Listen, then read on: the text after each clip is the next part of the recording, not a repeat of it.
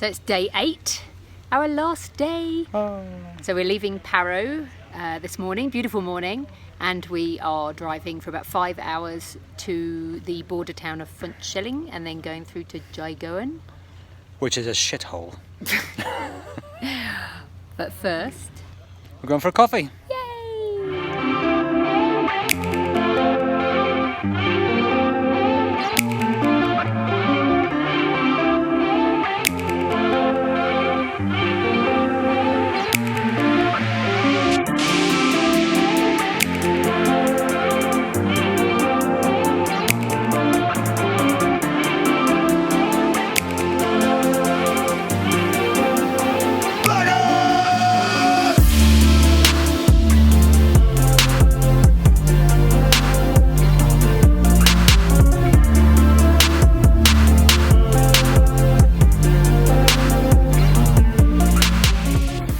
So we've been through one checkpoint.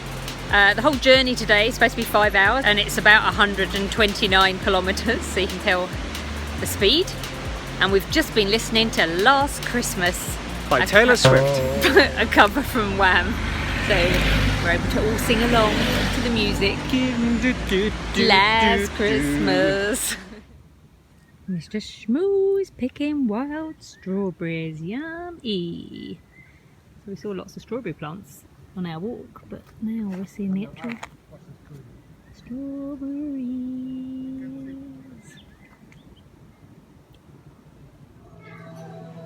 Last meal. Last meal before we get back to India. Terrible thing up there. That's not true. He's only saying it's the border town that's terrible. The rest of India we really like. Yeah, Jaigoan is horrible. So we get here and we've both ordered. First time we've had a choice on our menu. What did Chris order? Paneer gravy. An Indian dish. What did I order? Veg tukpa. A Tibetan dish. So we're leaving Bhutan, not having. He also ordered green tea. No, black tea. Black tea. And what did you get? Black coffee. Tea as you like it.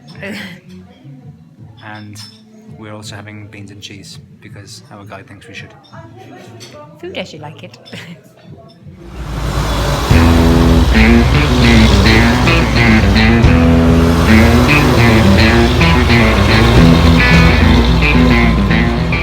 Indian Army use this place.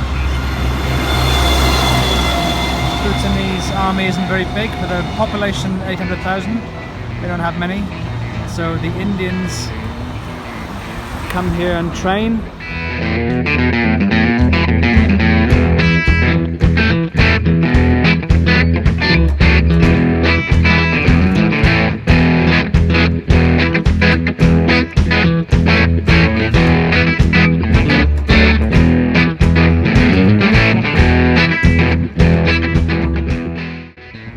So we're almost down into Funchilling and Jaigoan. And it's getting hot and there's lots of fumes and Indian fumes of Indian trucks. You can smell it already. Goodbye Bhutan, we miss you already. Yes, exactly.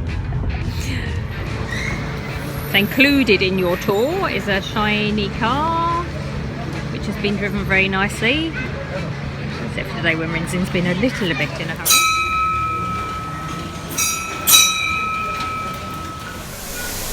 We've come back into Bhutan. We went through the gate earlier on with our guide, but we didn't get our passport stamp because we said we want to come back in for dinner because it's nicer on this side. And today has been third phase of the elections in India, so the gate was actually closed for vehicles so we could walk through. And so we have to get our passport stamped here, exiting tonight before 10 o'clock. And then tomorrow morning at 7 we have to go to India, the Indian office, and get our passport allowed back into India. But for the meantime we have come here for a stroll and dinner. And to start off with, I asked Chris, unsupervised from Karma, tell me 3 things about visiting a temple in Bhutan. Go. Number 1, it is set out on north, south, east, west plane, and you will find different deities on each of those sides, so in the middle, so you can see one just there, look. And you should be able to tell which way that is by what the deity looks like. I can't tell you what that is. Number 2, you always go around the temple in a clockwise direction. Number 3, you never take any pictures on the inside of a temple, ever. And now I'm going to ask Helen 3 things also. That is very cool because he knows I can't remember as many because he's stolen the easy ones. There is always a dragon and a snow leopard because they signify Bhutan, and you can see them on the corners. Then the prayer wheels have "Om Mani Padme Hum" written on them most of the time, but there are sometimes some other prayers that are written on them, but we think that most of the time it's Om Mani Padme Hum, and people circumambulate, and some of them are carrying prayer beads, a bit like the rosaries in Catholicism. And we have also seen a couple of older people sitting the other side of the temple because they come to the temple to say extra prayers when they're near to death, because it gives them extra merit, which will help them when they get reincarnated.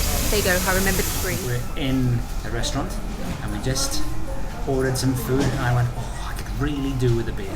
It's our last evening in Bhutan. And what happened? Tuesday. It's dry day. Last night in Bhutan, we're both having non-Bhutanese food, but I've chosen a tingmo, which is actually a Tibetan style dumpling, and we've not had one before. Oh my goodness, it's solid. Holy moly, I'm quite pleased with sharing. It's basically empty. Oh wow, I'm surprised. So am I. I thought it was going to be full of vegetables. He said it was vegetable, but maybe he meant it was vegetarian. Please give me some of your dinner. In the next 30 seconds, I'm going from a country with 800,000 people to a country with 1.3 billion. Bye bye Bhutan. Let it back in. I'm not coming home. I'm staying here. I'm in. So we've just come back through from Bhutan to India, finally been exited from Bhutan, and I said to Chris, Bhutan or India, just as a kind of a random question, and we've both agreed that we actually love India more than Bhutan, which is ironic. We've just spent about 5,000 New Zealand dollars for a week in Bhutan. We're in the shittest place we've ever been to in India, but both of us felt that India is more alive. Chris loves the fact that there's a coastline and whatever you want in India you can do it, whereas Bhutan's physically quite small and limited. I also think the mindset in Bhutan, from what we saw, was quite mono. I can't quite think of the word, but it's quite similar for those that we're exposed to, and I think people who disagree may have a pretty hard time, whereas at least in India you do see a diversity of views. There's diversity in everything. On the way back to the hotel we passed a few Muslim men, and I wonder what their experience would be like if they went into Bhutan. Certainly while we were there we saw no evidence of any other religion whatsoever. Bhutan's supposed to have freedom of religion and freedom of expression. I'm not totally convinced this is true. Certainly we only got a limited perspective because we were most of the time pretty well chaperoned, and our questions were answered by our guide and in some respects our driver. But here in India you see all sorts of religions. Mostly seem to be living side by side. I know they do have some issues, but most of the time they at least coexist.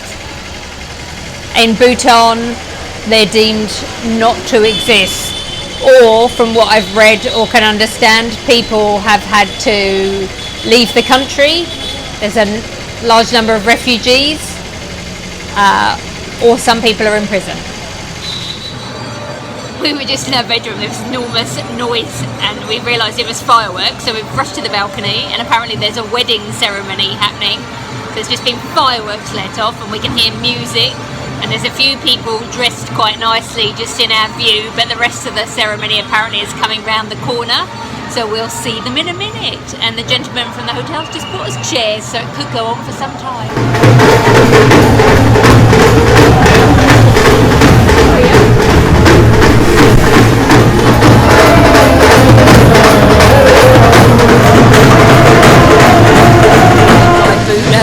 And this is what I mean by India being alive and vibrant. You get randoms like this. I think the thing I really missed in Bhutan that we normally get when we travel is we didn't get so much connection with real people, and that's what I love about India. It's just the day-to-day travel connections and people you meet that make it.